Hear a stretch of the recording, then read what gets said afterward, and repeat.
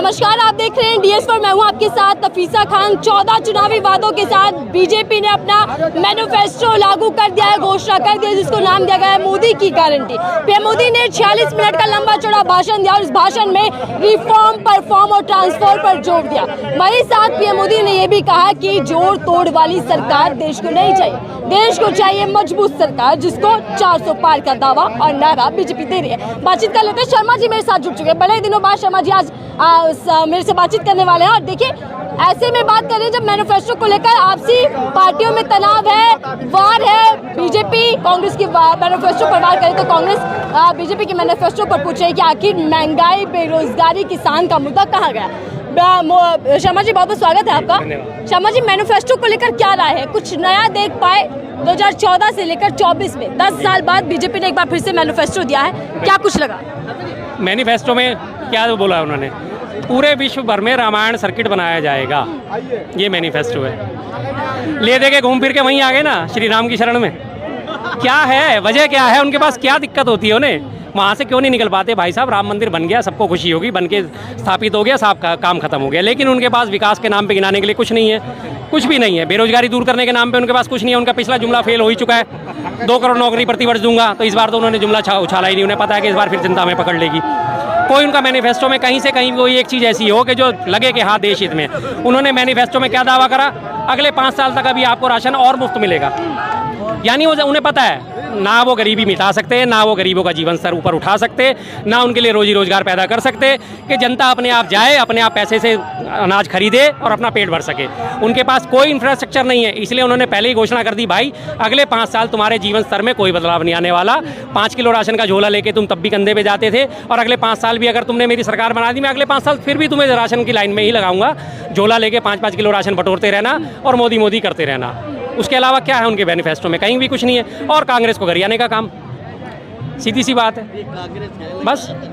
चलिए, आ रहे हो, आपके पास आ रहे हो, जवाब लूंगी आपसे, लेकिन आ रहे हो। क्या कह रहे हैं? इनका नाम संबित पात्रा है। ऐसा क्यों कह रहे हैं? मेरा नाम है सर आपका? प्रमोद ठाकुर। ये कह रहे हैं संदीप पात्रा, इसलिए कि हमें मानते हैं बीजेपी के प्रवक्ता, और हम कहते हैं कांग्रेस के प्रवक्ता ये खड़े हैं। कांग्रेस जनता में भी प्रवक्ता बढ़ चुके हैं, इधर कांग्रेस के प्रवक्ता, इधर भाजपा के। चलिए, बड़े प्रवक्ता भले ही ना मिले, लेकिन अब ये जनता वाले प्रवक्ता है, तो जवाब ले लेते हैं। आपके मैनिफेस्टो को लेकर जनता में क्या माहौल बना, आप देख रहे हैं, क्या नया वादा कुछ कर पाए आप? पहले बार हमने मैनिफेस्टो जारी करे थी 2014 में, और सारे मैनिफेस्टो को पूरा करे, जिसके बल पर में अधिक बहुमत से 2014 के बाद हम 19 में आए।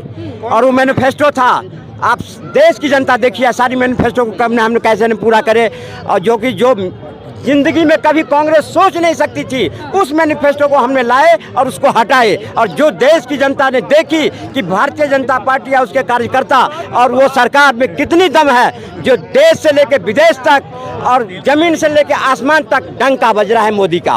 और पक्के प्रवक्ता बन गए हैं, नेता की तरह धार। मैडम, चाहे कितनी भी गारंटी राहुल गांधी लेके आ जाए, लेकिन मोदी की गारंटी पर भरोसा है, राहुल की गारंटी पर कोई भरोसा नहीं है। और इस बात की जवाब शर्मा जी दे दे, जो कांग्रेस के पास कौन सी रोड मैप है, कौन सी काम करने की क्षमता है। आज अगर ये सब क्षमता होती, रोड मैप होती, देश गांव तक पहुंचने की काबिलियत होती, तो कांग्रेस आज बैक फुट पर नहीं होता, देश की मुख्य धारा से करता नहीं, देश के आज खड़ा होकर के कहता मुझे वोट चाहिए। लेकिन आज कांग्रेस को कहने की हिम्मत नहीं है, साहस नहीं है। अब शर्मा जी क्या करे? हम जाइएगा, आप तो नेता बन रहे हैं। चलिए शर्मा जी, जवाब दीजिएगा, मैनिफेस्टो में कांग्रेस के पास क्या है? रोड मैप नहीं है, नीतियां नहीं है, जनता कैसे विश्वास कर पाएगी? क्या नीति नहीं है? सीधी सीधी सबसे पहली बात उन्होंने कहा, हम 30 लाख नौकरियां देंगे।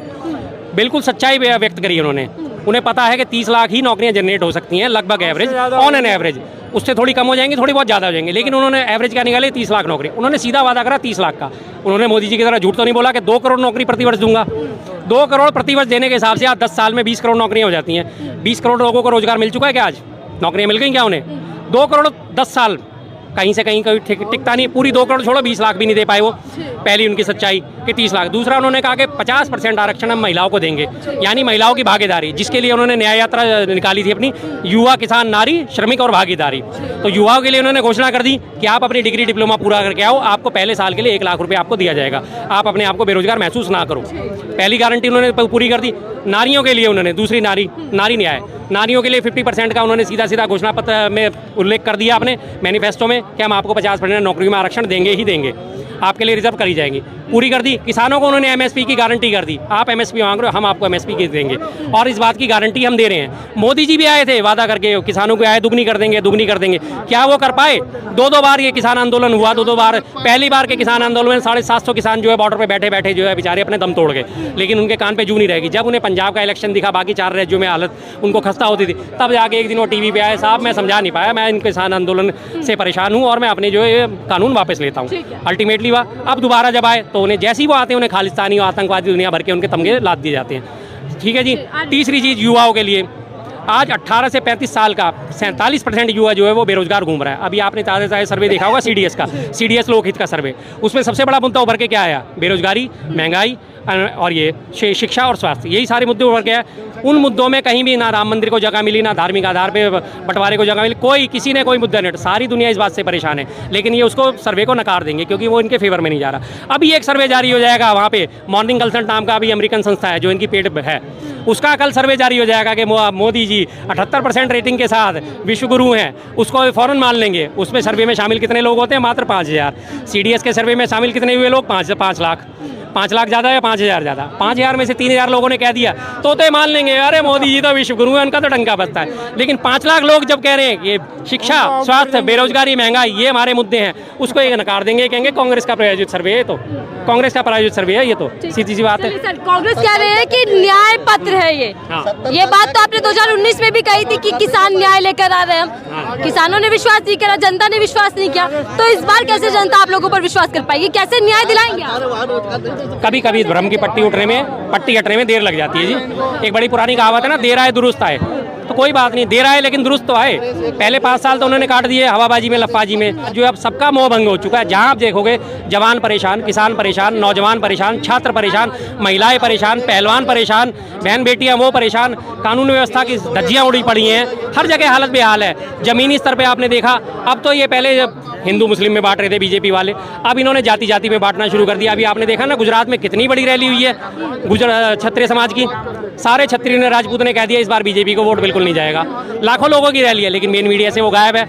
हकीकत में तो इनको दिख गया कि हम गायब हो चुके हैं, उड़ चुके हैं। आरएसएस का खुद का इंटरनल सर्वे इनको 180 सीटें दे रहा है। आरएसएस का इंटरनल सर्वे 180 सीटें दे रहे हैं, लेकिन ये उस चीज को मानेंगे नहीं क्योंकि भ्रम में जीने की आदत पड़ चुकी है। 24 में कैसे आप नए वादे पूरे करेंगे? ये मेरा गमछा कोई बात नहीं, गमछा बोला था उन्होंने, बेकार में फालतू भाई बात हो रही है, बात भाई सुनो, आप सुनो, अगर सुनो, अगर गुस्सा काहे हो जाते हैं? अगर बीजेपी मैडम सारे घोषणा पत्र को अगर पूरा नहीं किया होता, आज महिला सशक्तिकरण किसकी देन है?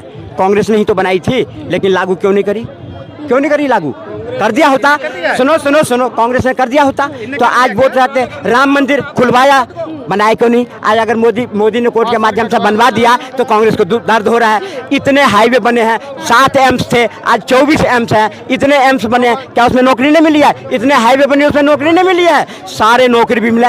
ये कोई मुद्दा नहीं है। पास अभी 2 प्रवक्ता है और जनता भी यहाँ पर है। जनता किसकी बातों पर यकीन करे? कांग्रेस भी गिनवा रही है इधर और इधर बीजेपी भी गिनवा रही है। किसके मैनिफेस्टो पर ज्यादा यकीन? जो सच्चाई बोलेगा दुनिया उसी का विश्वास करेगी। सच बोलने वाला थोड़ी देर चुप रहता है, लेकिन हकीकत में बात सही आती है। जैसे राहुल गांधी ने पहले कहा था कि पेटीएम जो चल रहा है ये एक दिन घोटाला साबित होगा, और वो साबित हुआ। लेकिन ये शर्म आएगी नहीं इनको। ये कह रहे हैं महिला शक्ति का है। आपने जो महिला बिल लाया पास कर दिया क्या? आपने भी तो अभी पेंडिंग रखा ही है ना, अभी तो पास तो नहीं किया ना। और आप महिला सम्मान की बात करते हैं, चाहे मणिपुर देख लो, चाहे अलीगढ़ देख लो, चाहे कुलदीप सेंगर देख लो, और उसी पलटू चाचा को आप बोल रहे थे कि इसने महिला के बारे में संसद विधानसभा के अंदर ऐसे गंदे बात बोली। बंगाल का नाम क्यों नहीं लिया आपने? बंगाल का बंगाल, गुजरात, बंगाल जनता के पहुंचते हैं। वही राजीव गांधी बोलता था ना, नहीं वो राजीव गांधी नहीं बोलता था, तो वो बात क्यों नहीं बोल रहे आप? वो बात बोलिए। गुजरात, चाहे गुजरात हो, चाहे बंगाल हो, हाँ बंगाल हो, चाहे गुजरात हो, चाहे यूपी, चाहे अगर महिलाओं, अरे महिलाओं तो ये कि आप जो है ना बीजेपी के खिलाफ बोलते नहीं, बंगाल याद नहीं था।